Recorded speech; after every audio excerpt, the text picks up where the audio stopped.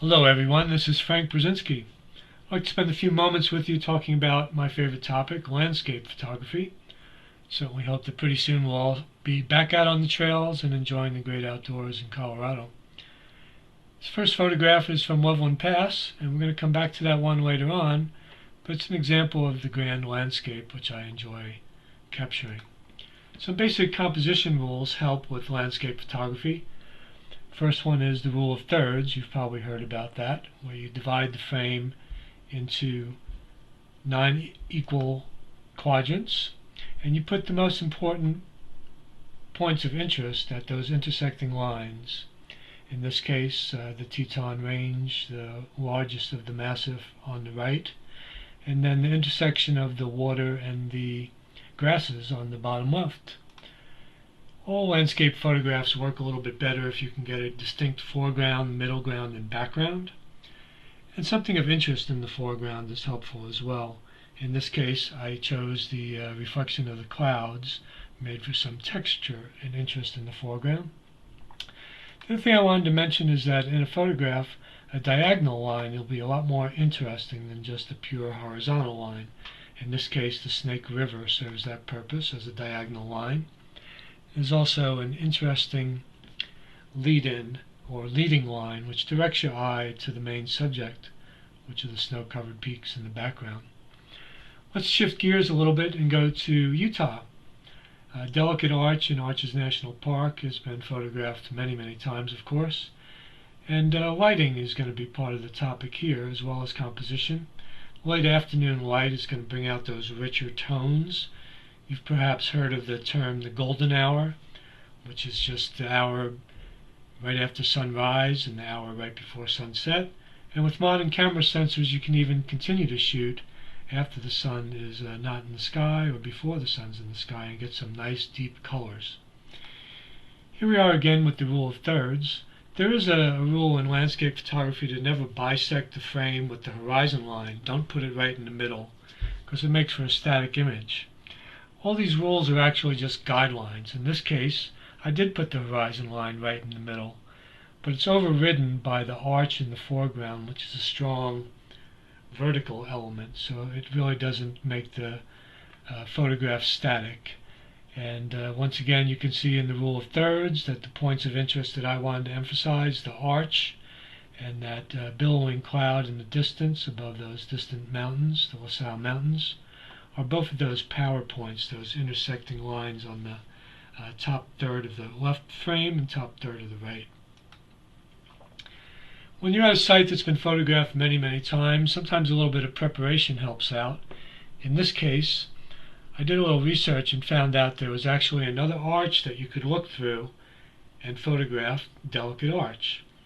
So with a little advanced planning, I scouted this out. You wouldn't ordinarily see it from the trail. And with a little scramble, got an interesting perspective that you don't ordinarily see of Delicate Arch. I was also able to use the bottom of the arch to crop out the crowds of people that were there that afternoon. So this is a spot in Summit County by Mayflower Gulch, which many of you have probably been to. We're back to the using a line and also shapes to draw the eye into the subject. So here we have those lines of the foundation of a cabin that no longer exists, those boards on the left that come into the frame and direct you towards the distant cabin. The backlit flowers, here we're sort of setting them against the shadow so that they really jump out, is also another element. And here we have two balanced elements, the bouquet of flowers and the cabin. They sort of offset each other from left to right. Once again, kind of a diagonal composition. Stories that tell photos that tell us stories are a little more interesting. So in this case, in addition to the peaks, the lighting wasn't perfect. The story of the mine site is really an integral part of what makes the photograph engaging. We're moving on to the San Juan Range. This is Ice Lake, and it's a beautiful aquamarine color created by minerals in the water. In this case, I used the trail itself as a leading line to bring you back to that distant peak. On the left is Pilot Knob, But there's actually more going on here. There's a convergence of lines, the ridge, the trail, and then sort of the diagonal of the lake itself all point to that peak in the distance of Pilot Knob. Here's another nice composition. Once again, foreground, middle ground, background. Leading line can be a sequence of objects. In this case, it's the flowers. This is Torrey Pines Preserve in San Diego. And these flowers create kind of a dotted line leading you down to the beach and the waves. Taking multiple shots of the same scene is also advisable. In this case, I took a few. I don't remember the exact number. However, in some cases, the waves were not breaking and there was very little definition in the ocean. So the photo that floated to the top, if you will, or became my favorite, was the one with the more foam in the surf, which creates a texture and a point of interest. The other item is the brightest item in a frame will draw your attention. So in this case, the surf is bringing your eye out to the ocean.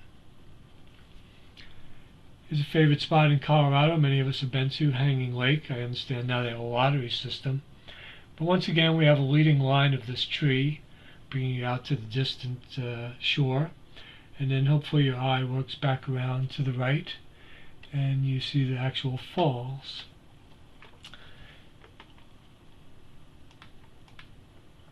Here's a different perspective of Hanging Lake. There are some columbines, red columbine, which are fairly rare, along one part of the shore. So here I'm using a pretty wide angle view and getting very, very close to the foreground element to accentuate it.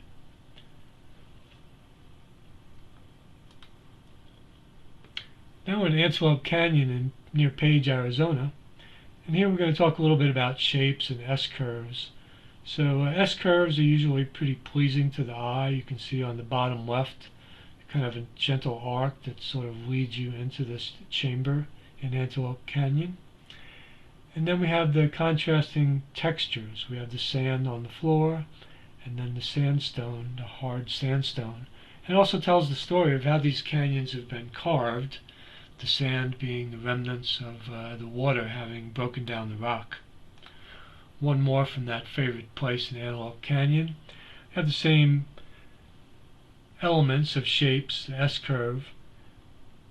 We have a little less layering of rocks, but what we have, this was right at the very entrance, is we have the brightest part of the scene being in the distance. So it really draws your eye to that back, very front chamber where you first come into this magnificent canyon. Here we are in Emerald Lake, Rocky Mountain National Park in winter. Here we have shapes directing your attention. Once again, kind of the dotted line, only this time it's a couple of trees, the one in the foreground and the two in the middle ground. Also used the shadows to add some definition to the middle ground. Low angle of the sun in winter often makes for some very pleasing compositions if you position yourself in the proper orientation to it. Here it's coming in from my left or the south. And then the story. The snow blowing off the ridge. Many of us know how crazy windy it can be up there. So there's Dragon's Tail, the rock formation, but you can see a lot of snow up in the air, and it tells the story of how windy it was during that day. We're back to the Tetons real briefly. You can also use man-made objects as a leading line. I don't tend to do that too often, but here's an example of an S-curve being a dynamic leading line. Here we are in the Great Sand Dunes National Park. Topic here would be lines, shapes, and textures in the foreground for visual interest.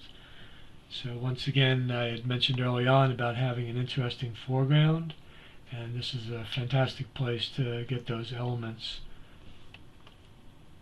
It's also a nice contrast to the distant mountains and the snow. The light on the second image is a little better, which is another point I wanted to make. Even if you set up the shot and you think you have the right elements, sometimes it pays to wait a few moments for slightly different lighting.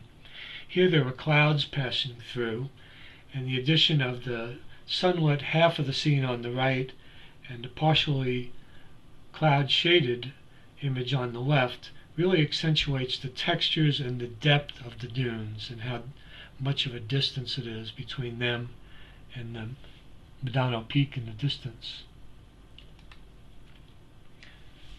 Back to golden hour, here we are with the unique perspective. We're actually outside of the park at first light. Often pays to kind of scout an area out. If you're going to be there overnight, get an idea where you would like to be when the sun comes up.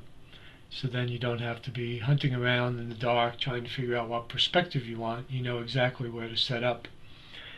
So there we have the Sangre de Cristo range, which is the primary subject, but it's nicely complemented by that one juniper tree in the foreground. It tells the story of how this mountain range in the distance has trapped the sand blowing across the San Luis Valley. And of course the beautiful first white and pink glow on the peaks in the distance make for a striking image. Here we're talking about contrast. We have contrast of light and dark. The peaks in the background are allowed to go pretty much hazy, and the exposure was set for the largest dune in the foreground. And I waited for a wind to be blowing some of the sand off the top. So it tells the story of how the dunes are constantly shifting and changing. This is an intimate landscape, macro. It's not exactly a macro photograph, but patterns in nature, often in a more intimate setting, can be engaging. In this image we have two. We have the flowers, these purple asters, and we also have the lichen, the repeating green growths on the rocks, and some orange ones as well. Sometimes breaking a pattern draws your attention to a subject. So in this case we have the pattern of the mule ears, and then the purple aster is the one non-conforming element that really stands out. So we have color, shape, and texture all helping to make that purple flower stand out. I make greeting cards once in a while, and this one was titled "You Sure Are Different," and you could mean that as a compliment or maybe just an observation. I'm going to talk a little bit about using different elements to frame the subject. So we're back at Mayflower Gulch, and this old mining building frames Jacques Peak in the distance very nicely. There's also tonal elements, the warm tone of the wood versus the cool tone of the snow and the high peak make for a nice contrast. Here we are at the Independence Ghost Town site. It's the original mining town prior to Aspen being founded. And looking through one of the buildings made for a different type of framing of some of the old structures that are still standing. It tells the story of what a harsh environment that was and the early efforts at mining in that area. Within Garden of the Gods there's an interesting little portal through some of the rocks where you can frame Pikes Peak. Early morning usually works best. In this case we have a circular composition, and we have some nice form and texture in the rock, and it all draws your interest into the majestic peak. Here's an image that's hanging in Denver International Airport right now, and it will be for about 2 years. This is Columbine and Sky. In the far distance is Handy's Peak. We're at Cooper Creek drainage in the Red Cloud Wilderness study area. And the swooping columbines really make the photograph. There's a diagonal line bringing your eye up to the sky, and a very beautiful cloud formation that afternoon. So there's texture in the sky. It's very interesting. If there's not a lot of interest in the sky, I tend to try to minimize how much of the frame it has. In this case, I allowed the sky to occupy a significant part of the frame because of the beautiful textures. And it tells a story of just a warm, sunny, pleasant, high mountain afternoon. Here we have some sculpted clouds, and we have a silhouette where we're really exposing for the clouds, but we're letting the tree itself go dark. It's nice and simplified So there's other elements in the foreground, but they really don't grab your attention because of the way it's exposed. What grabs your attention, hopefully, is the sculpting in the clouds from the wind, which you often see in the fall and the winter in Colorado along the Front Range. This is the same tree from a different angle. This was used by Jefferson County Open Space Foundation for some of their promotional work. And this was really just a fortunate shot. I was actually coming down from the hill to avoid the lightning and decided to turn around and do some rapid fire exposures real quick.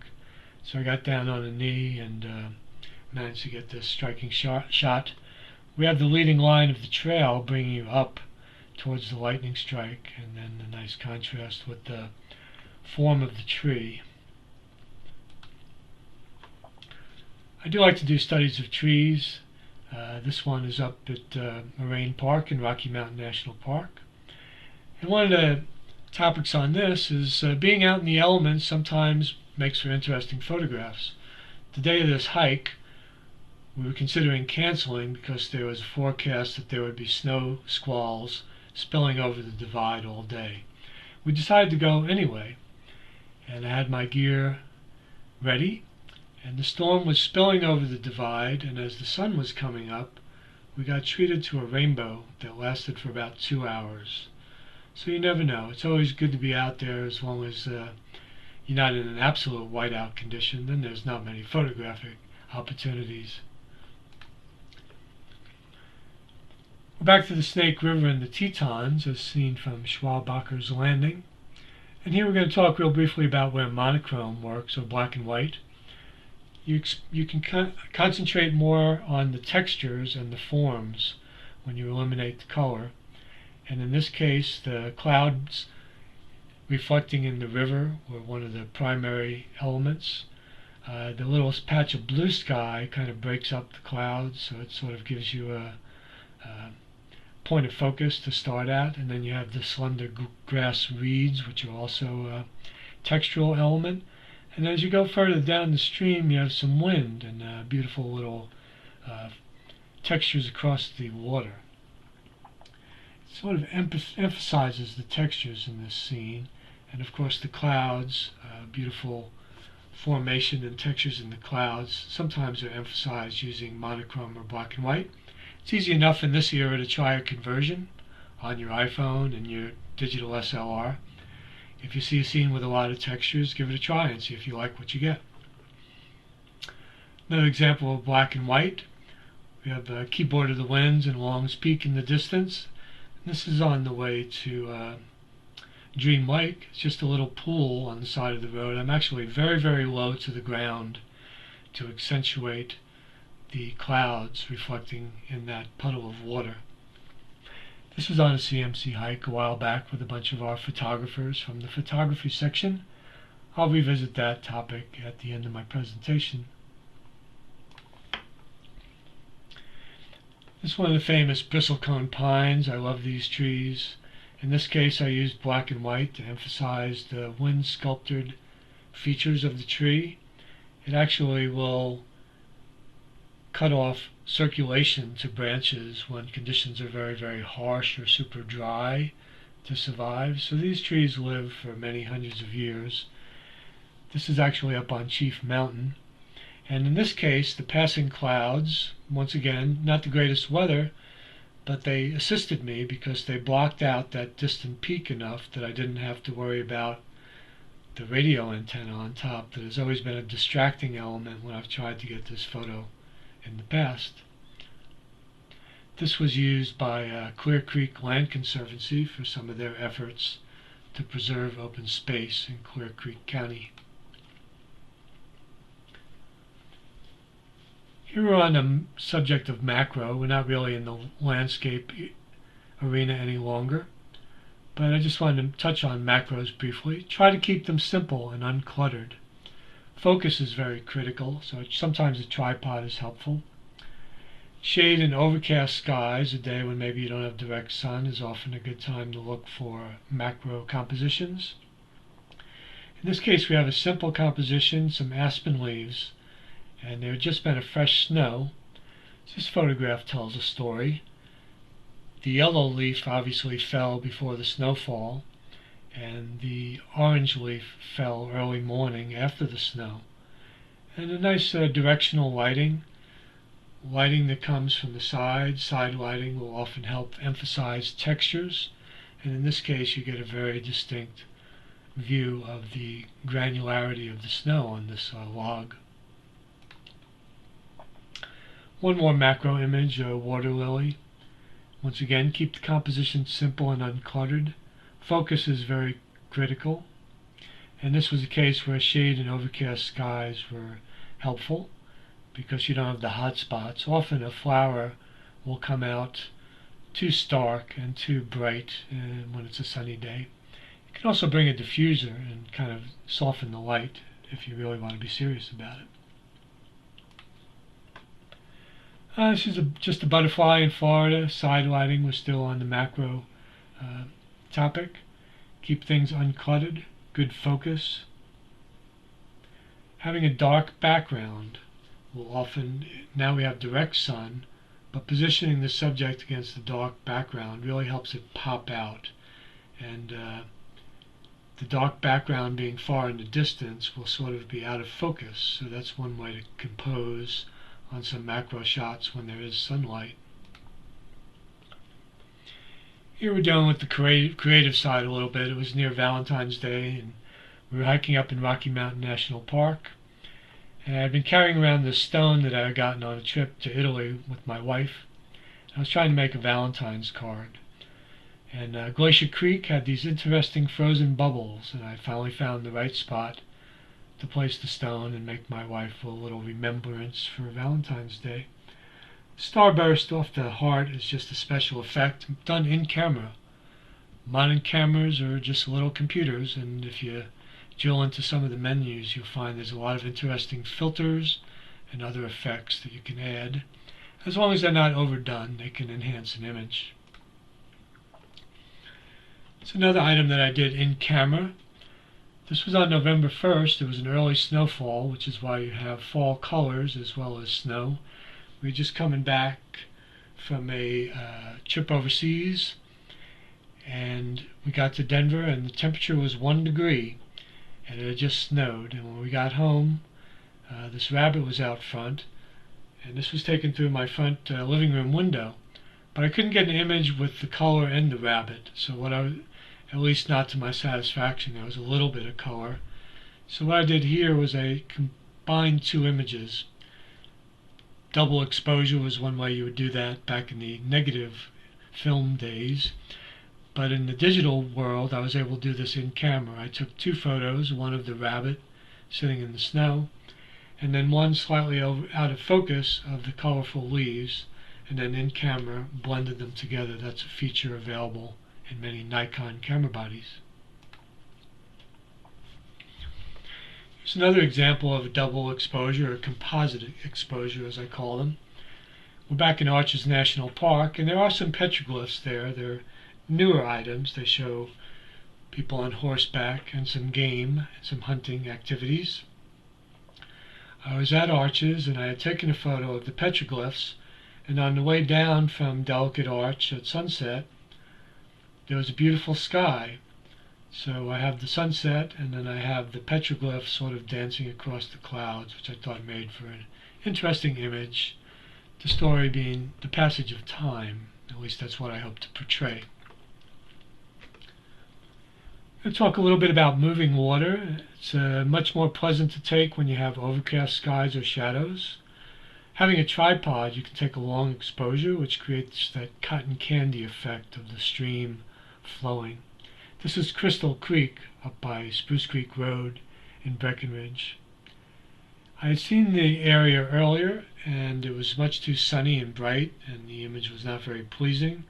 But I took note of that, and when we went out at dusk to take photographs, I came back and aligned this up. You have a pleasant S-curve leading your eye into the frame.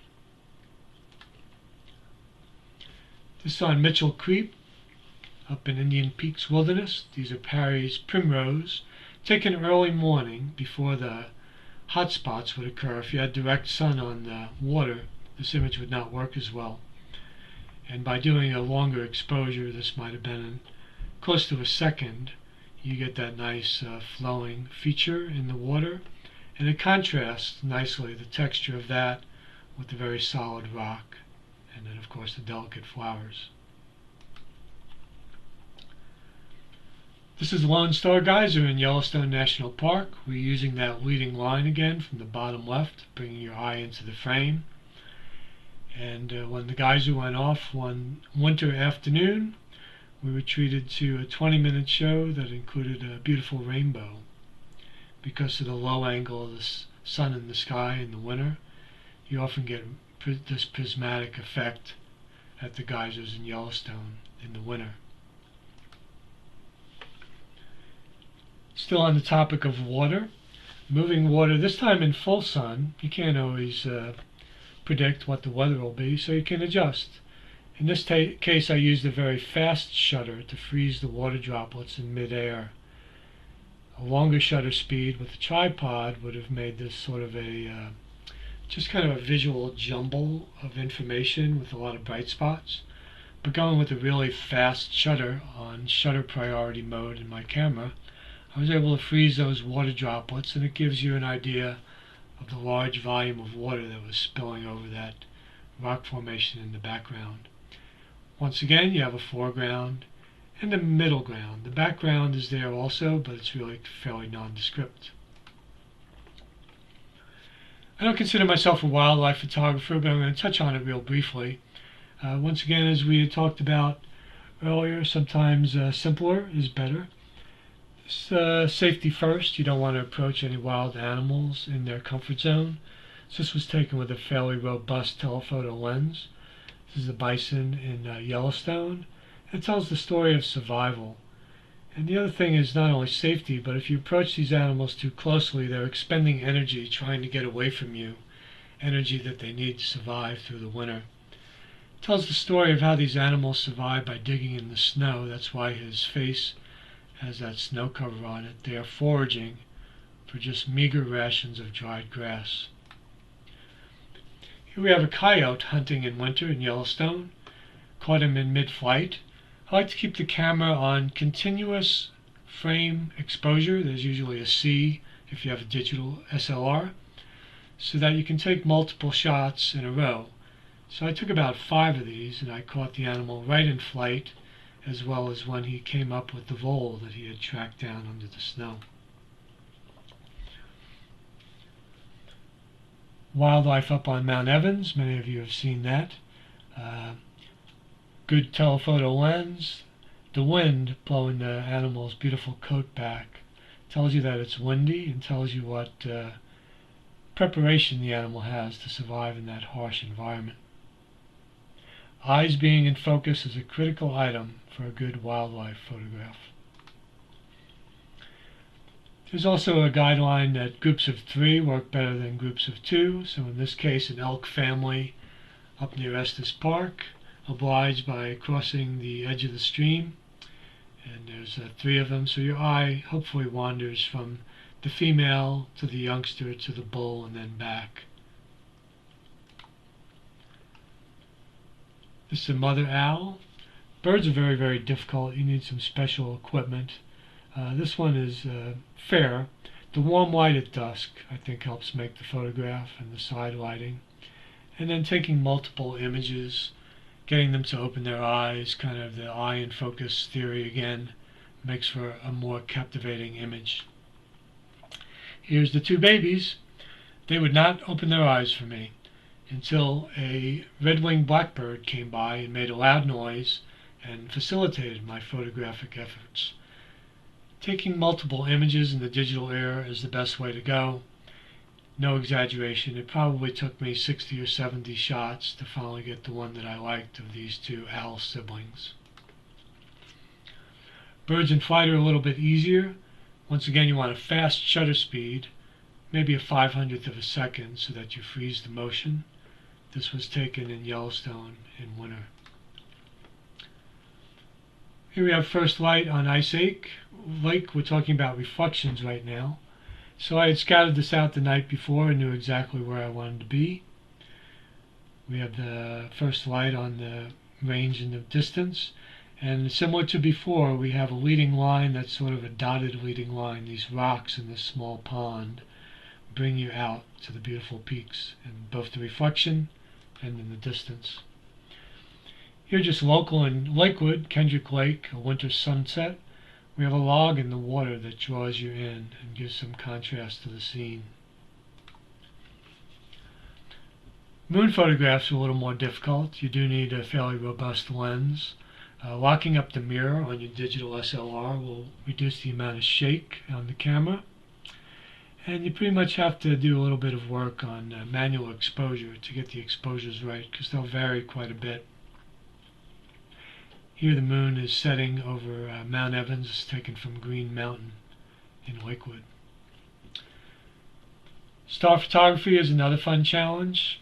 Grand landscape plus the heavenly landscape. I tend to shoot with a super wide angle lens. This was about 25 seconds with a super wide angle lens. I did leave some foreground elements.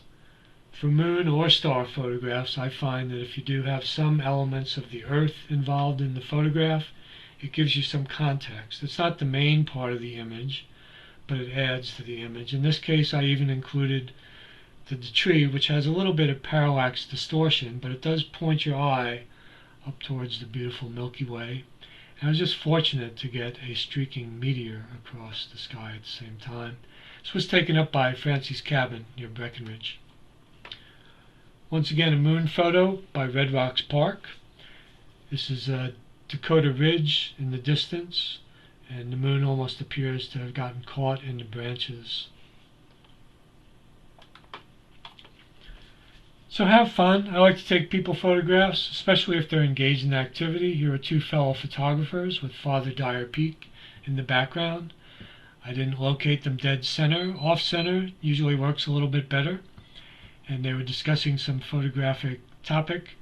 And I said, "Hey guys," and they looked up and we got a good photo of them engaged in their craft. Here we have what I call dancing trees, and I love this image, but when I took it I realized this is a nice spot to set up some people photographs when we were doing the hut trip 2 weeks later. This is up near Shrine Mountain Inn. So that is what I did. The lighting wasn't as complimentary that day, but it added a nice offset to the people, so we got portraits of anyone who wanted one with the 10-mile range and the Copper Mountain ski area in the background. Here's a quick plug for the CMC photography section. We meet the second Wednesday of every month at 7 p.m. We've been doing virtual meetings right now. Normally we meet in Golden at the American Mountaineering Center. You can find information about us on the Denver CMC website. And here's a group of us after enjoying a winter outing and potluck up in Silverthorne a couple of years ago. Self-portrait, interesting concept that I wanted to develop. We have Mount Evans in the background, and I was trying to reflect my love for the state of Colorado. So I set this up on a tripod and had a friend of mine press the shutter. It has, once again, that horizontal line element, which I planned, my left arm leading up to the flag. So it has a little bit more dynamic composition than something that would be just straight across left to right. I'm also wearing my vest that I got when the Mountain Club celebrated 100 years, and it reads 100 years up high. Excuse me. This is a variation of that image I took earlier, only as a composite I added one more layer. So thank you for your attention and time.